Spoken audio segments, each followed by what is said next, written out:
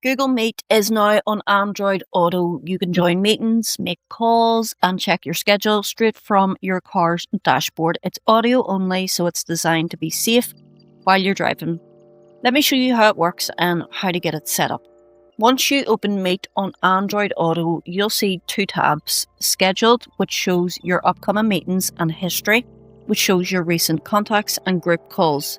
Tap on any meeting or contact and the call starts immediately. There's no waiting room or pre-call screen like you'd see on your phone. It just connects straight away.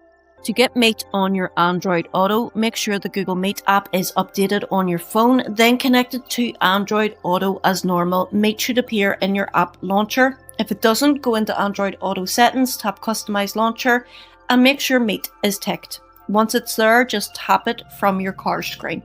Now, because you're driving, Google has stripped out most of the interactive features. There's no video, no screen sharing, no presentations, no raise hand. The only controls you get are mute, unmute, and hang up.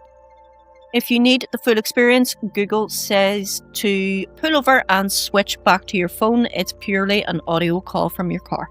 Apple CarPlay actually got this feature a few days earlier, but now Android Auto has it too, so it doesn't matter which system your car uses. One nice touch is the seamless handoff. If you're on a Meet call on your phone and you connect to Android Auto, the call moves to your car automatically, and when you disconnect, it moves back to your phone.